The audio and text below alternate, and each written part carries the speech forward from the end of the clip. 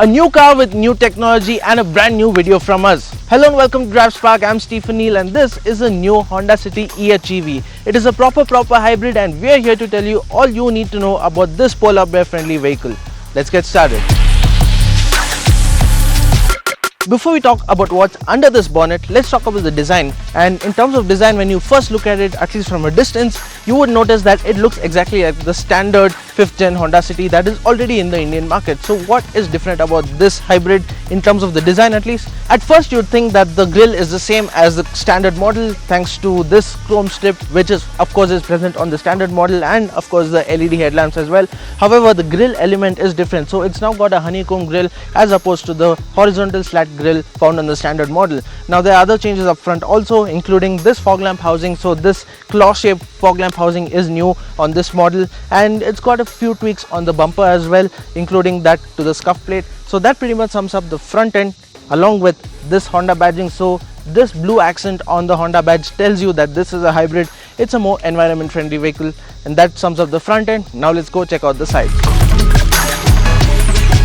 The side profile is where the Honda City eHEV seems to have retained most of the design traits from the standard Honda City 1.5, and let me run you through some of them, except that there are a few changes. I'll tell you about that as well. So the silhouette remains exactly the same. You've got the same door handles, it's chromed of course, and then you've got the blacked out B-pillar. The overall shape remains the same. The alloy wheels design too are the same as the standard model, except that now we get blacked out elements on it instead of gunmetal grey, and that's the only difference. It's still the 16-inch diamond cut alloy wheel, and it is shod with Bridgestone Ecopia tires. The size is 185 by 55, and that sums up the tires and the wheels. Now let's talk about the overall design. So you've got the wraparound tail lamp with the blacked out element and the wraparound headlamp as well, and this too is found on the standard model. What is different though is this little camera here. So this is the lane monitoring camera that is found on both sides of the vehicle. This camera is used to give you, the driver, on the screen a view of what's on your left lane, so that you have more better visibility of what is exactly happening on this side of the vehicle while you're on the other side driving. And that pretty much sums up the side profile of the new Honda City eHEV. Now it's time to go check out the rear. Honda seems to have kept things very simple when it comes to the rear end of the new Honda City eHEV. So let's start off with the badging. So you've got the eHEV badging, hybrid electric vehicle. Of course, it signifies a lot, just the small one badge. And then you've got the ZX variant badging. Of course, it's a top end model. Now we've got the Honda badge over here, like you saw on the front end. You've got the blue accents that lets you know it's a hybrid vehicle. You've got the tail lamps just like the standard model. You get the blacked out elements in it. It's LED of course, and that pretty much sums up this end of it. You've got this new spoiler on it. It's a lip spoiler on the boot lid, and at the bottom, this is the best part about the new hybrid version. So you've got this diffuser finished in for carbon fiber, and it looks really nice. It adds a bit of sporty touch to what is otherwise a very ecological vehicle. Finally, up top you've got the shark fin antenna, and also you've got a stoplight right over here, and then you've got rear window blinds. So you just pull it up and you can stick it there. So as you can see, it's a little blacked out right now. That is because we have already pulled in the window blinds. Now that being said, the Honda City eHEV is available in 5 colors. So you've got this, the radiant red metallic, and then you've got a shade of silver, white, brown and grey. So that's it, pretty much sums up the design aspect of the new Honda City eHEV. Now it's time to look at what's inside here. So you have 3 ways to access the boot. So the first way is of course you've got this key fob, so you can hold and press this button here to open the boot, or you can open the boot from the latch which is next to the driver's seat. Finally, you've got a request sensor here, so we press and hold it for a while and it opens, and there we go. So here is the boot of the new Honda City eHEV. Now the difference here is that it is reduced in size compared to the standard model.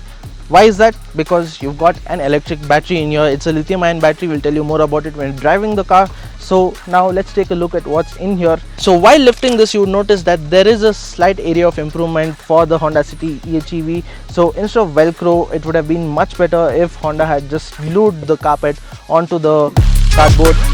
That being said, there is some storage space in here. You can store your little whatever you want to carry in here, say a few water bottles, or even if you're carrying a small bag, it will fit in here.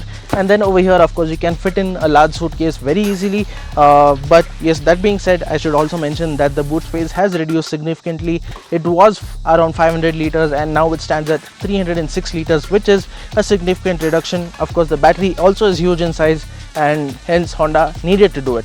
So that pretty much sums up the boot space. Now let's get inside and I'll tell you what it's like on the inside.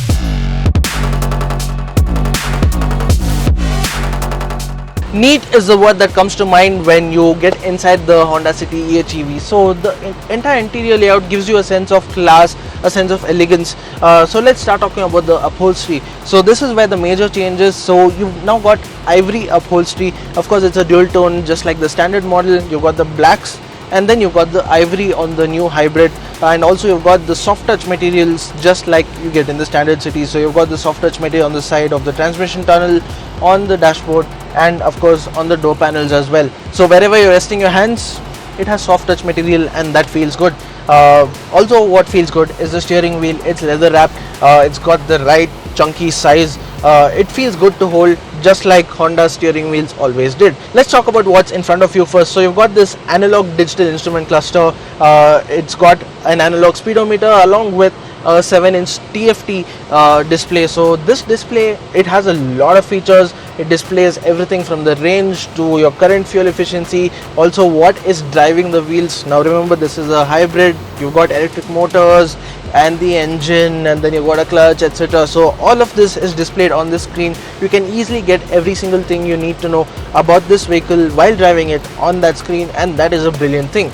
Finally, coming back to the steering wheel, you've got lots of buttons on here. So you've got your cruise control, you've got your lane keep assist, you've got your distance to the vehicle in front, and then you've got your audio and calling and voice command buttons also. So everything is within reach. And finally, you've got the paddle shifters.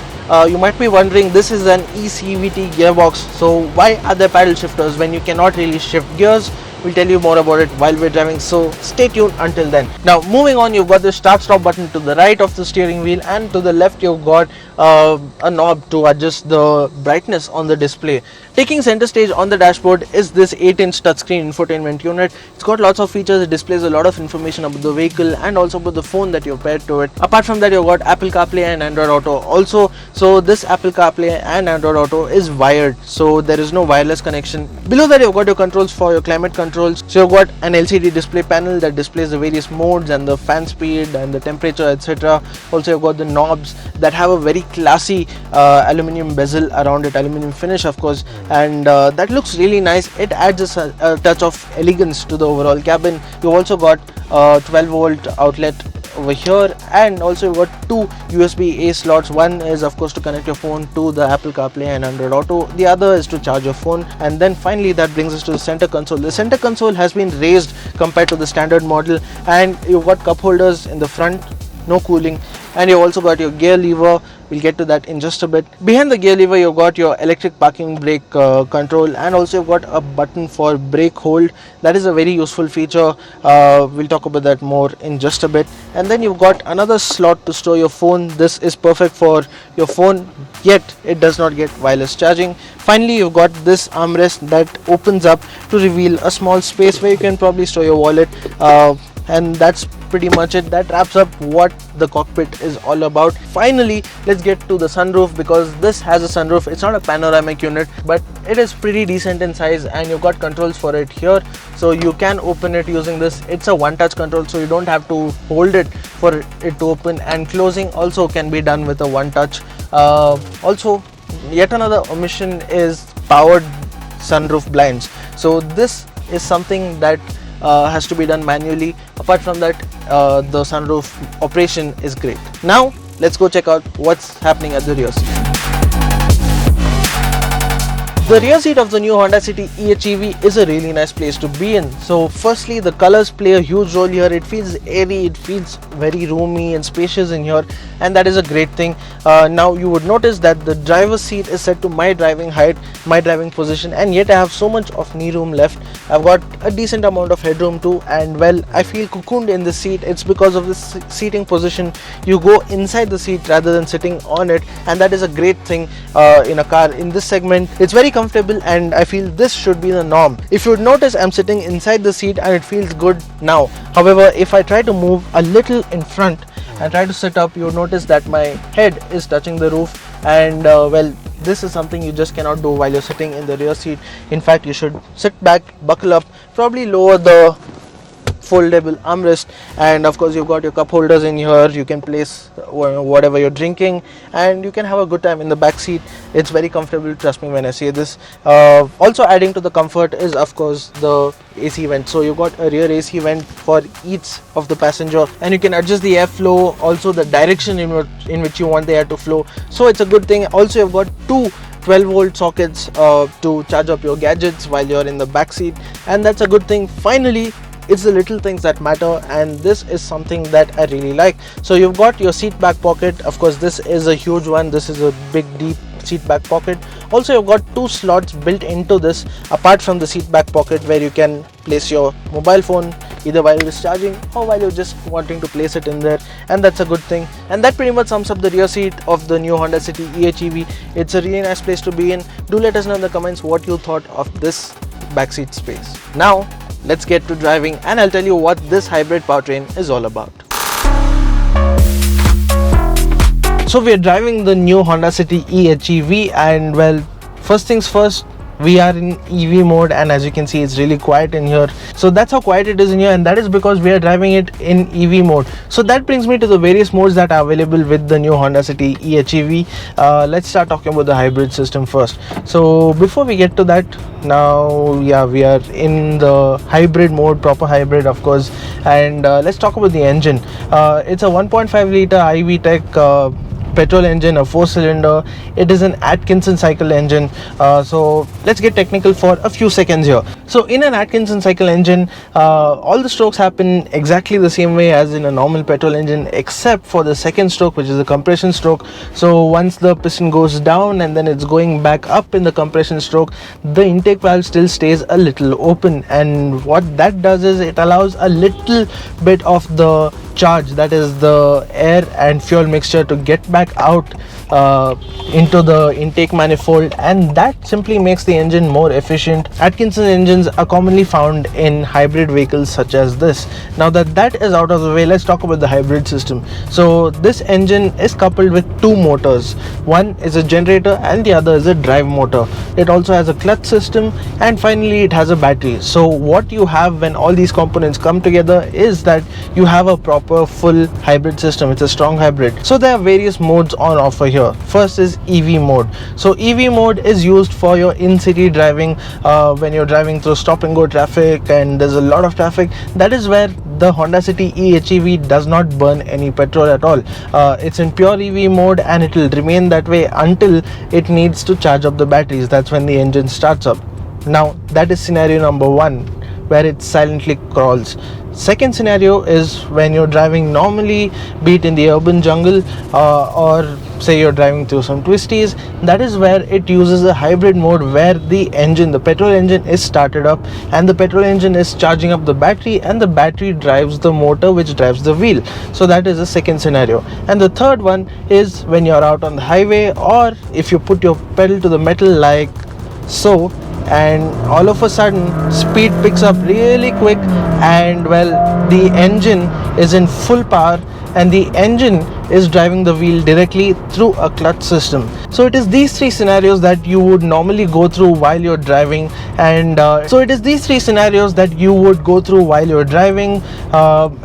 these three scenarios are covered excellently by the new Honda City eHEV, and it is covered in the most efficient manner possible. The most efficient manner possible simply means it has the highest rated mileage in its segment, the highest rated fuel efficiency. Honda claims a fuel efficiency efficiency of 26 kilometers per liter from this vehicle, which is excellent for a vehicle of this size, and it is highest in its segment. And speaking of power and performance, well, that is excellent too, given that it produces 126 bhp and 253 Nm, which once again is highest in its segment.